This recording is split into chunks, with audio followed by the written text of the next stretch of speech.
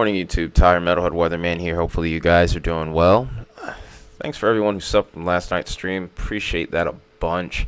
It's an interesting one, a very active one. Say moderately successful, but still got a decent ways to go with that. But anyways, we are covering the weekend here, and we do have threats for severe weather, especially today, as we have 4 different areas of interest. We have up towards North and South Dakota. We have over towards Colorado and parts of Wyoming, and then over towards the Northeast. We have, and even the Mid-Atlantic as well. We have another slight risk for severe weather. Actually, over here, we have an enhanced risk towards the heart of the country right now with storms ongoing. Severe thunderstorm warnings as well. Some of them even destructive severe thunderstorm warnings, along with plenty of heat advisories because what the heck, it's the middle of summer.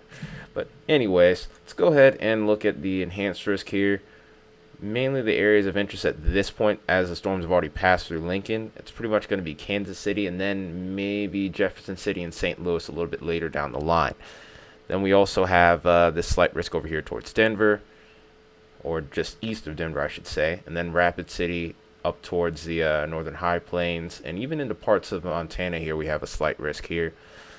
Mid-Atlantic and northeastern slight risk stretches from Roanoke even further down than that, maybe even towards the western flank of Virginia and West Virginia. Try saying that fast 10 times.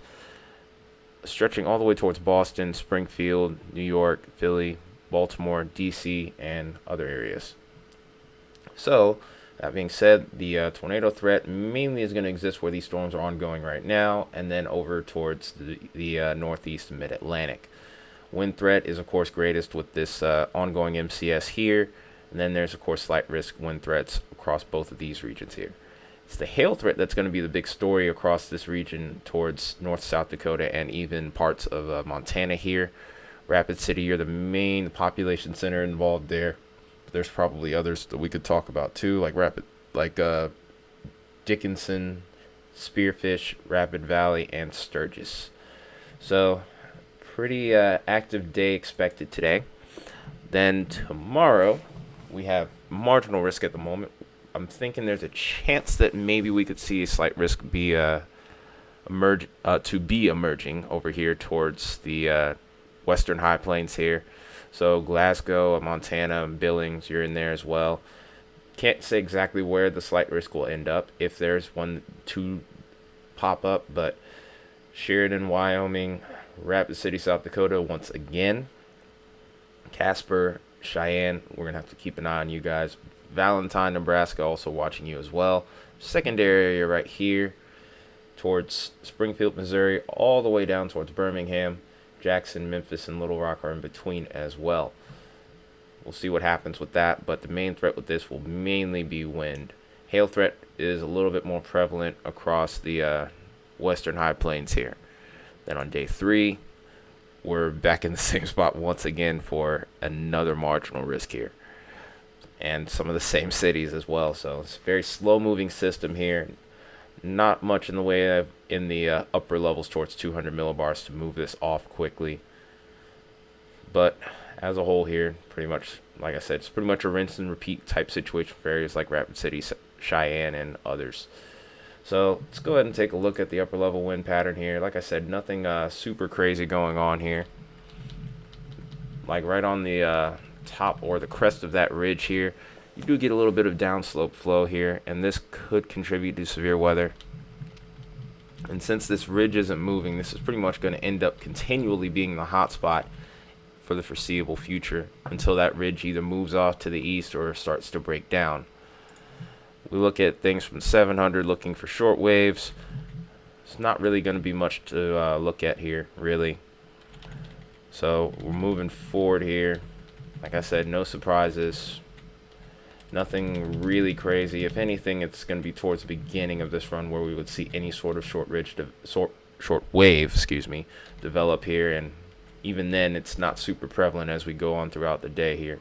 Could be something later into the evening towards this region, and this is what will probably create our severe chances over towards the southern part of the states here. But we'll see what happens with that, especially over towards the Ozarks.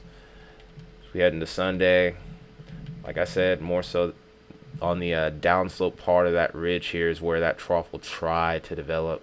Like I said, nothing incredible there, but maybe a few severe storms would be possible there. Doing a video, get away from the door. So now we've looked at the 700, let's go ahead and go to 850. Like I said, nothing going to be really notable with this weekend's setups, but just in case, we're going to cover it anyway. But as a whole, like I said, nothing crazy. This will be considered more so tornado juice if other parameters exist as well. And even then, you can see that there's not really a lot to go off of here with the low-level jet throughout this entire 48-hour run here. So this is even leading into Monday morning. Nothing crazy going on here. So go ahead and take a look at the real topic of the weekend, and that's going to be the temperatures. It's going to be unpleasant as time goes on throughout the weekend. Like I said, with that ridge beginning to develop, it's going to allow for a lot more heat to surge northward here. Chances of showers and thunderstorms also exist as well, and that being coupled along with high dew points and high humidities, it's going to make things pretty uncomfortable for some of us. So especially looking over to the southeast here, definitely want to make sure you're staying hydrated, not trying to be outside for extended periods of time. And if you do have to be out there, be sure to take more breaks. Also, I'm starting to make notice of more monsoonal air beginning to come into play here across the southwest here, particularly towards Arizona. So finally, it looks like these guys have more and more chances of rain as time goes on. So good news for you, Kyle. You're going to probably have more rain chances, but also, even with that heat and humidity, it's still going to be pretty uncomfortable. Because if we go back here, still getting into the triple digits. That coupled along with that wet heat is not... Ugh. I have to work in it all the time, so just thinking about it kind of makes my hair in the back of my neck stand up. Can't speak worth anything right now. So one other thing that, of course, I'm keeping a close eye on, of course, is wildfire situation, especially over towards Canada. The chances of wildfire smoke this weekend occurring are pretty low as far as that's concerned. There is a little bit of an issue going on over here towards Oregon right now with a wildfire that's developing, so smoke issues could be a problem there. And then maybe later down the line, we could see a little bit of a return of some of that smoke towards the Great Lakes. So we'll be keeping an eye on that. And then lastly, with severe weather parameters, we're going to take a look at Cape here. Like I said, with wind shear being minimal, it's going to really keep things limited as far as severe potential is concerned. But as we go throughout the day, there are some pockets here where we have decent instability. Couple spots where we get up above 1,000 joules per kilogram, which is usually the minimal threshold. You can really get something going at about 500, but usually 1,000 is when you start to really pay attention. Is when you should start to really pay attention at this point. But as a whole here, as far as the weather is concerned, mainly going to be a relatively quiet weekend unless you end up under severe weather risk. Could be a shower or thunderstorm too across different parts of the country here, but for the most part, it's pretty much the same old song and dance here. But that being said, I hope you guys enjoyed the video and found it useful. If you did, you know what to do. Smash that like button, decimate that subscribe button, hit that share button as well. But anyways, this has been Metalhead Weatherman. I hope you guys enjoyed the video, and I'll see you guys in the next one. Take care until then.